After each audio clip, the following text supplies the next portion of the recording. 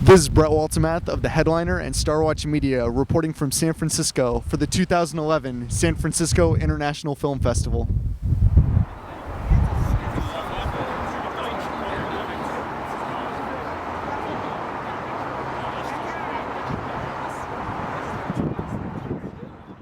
Ms. Newsom, Brett Waltemath of Star Watch Media. You are the director and writer of Misrepresentation, a very fascinating documentary that you had premiere at the 2011 Sundance International Film Festival. Can you please discuss the documentary with us and a little bit about your inspiration behind the story? Sure. So the film initially was inspired by me wanting to raise a child in a culture that really empowered women. And I was in Hollywood when young girls were sort of the centerpiece of tabloid, celebrity gossip, reality show, sort of raunch culture, TV and magazines and all forms of media. And it concerned me, that I could raise a healthy child with a sense of self-worth and a healthy self-esteem in this type of culture.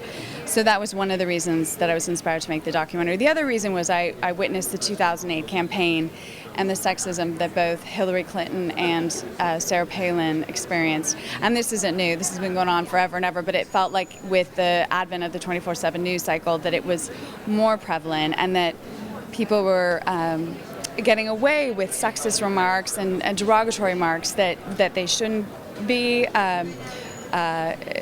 sharing publicly, and I don't even think thinking, in our modern day culture, especially as women are increasingly in leadership positions in our country. So I was disturbed by that double standard and wanted to make a film that really shed light on that and that encouraged people to talk about it and to connect the dots between the sort of hypersexual entertainment and news media culture as relates to how women are held to a different standard and a double standard as they try to achieve leadership positions in our culture.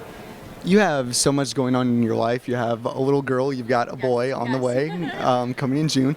How are you able to balance your filmmaking with your political responsibilities and raising a family and soon to be 2 children? That's a good question. It's a juggling act. As my daughter was crying and clinging to me as I was leaving the house tonight, it's definitely a juggling act. And that's why I think this film is so important, is I think that we, as a culture, we don't do enough for working families and for dual income households, and especially, in particular for the working mom or for the father that is going to play the caregiver role and the woman's going to be, the predominant breadwinner. So I think there's a lot we need to do in our culture. I mean, we're the only industrialized country in the world that doesn't have paid family leave or flex time or child care policies. And that's quite pathetic when we're purported to be this great democracy where women are 51% of the population, and we all recognize that parenting is obviously a very necessary and critical role in our society, and yet the government and the private sector don't do enough to make it easy to be a working family or dual income household. Just one last question. What are your upcoming projects that we have to look forward to seeing you in? Well, I'm hoping there's going to be a film of this that's inspired by this film that's number 2 or 3 in it. I don't know. I have a couple ideas that I'm mulling over that I'd love to share with you if we had more time.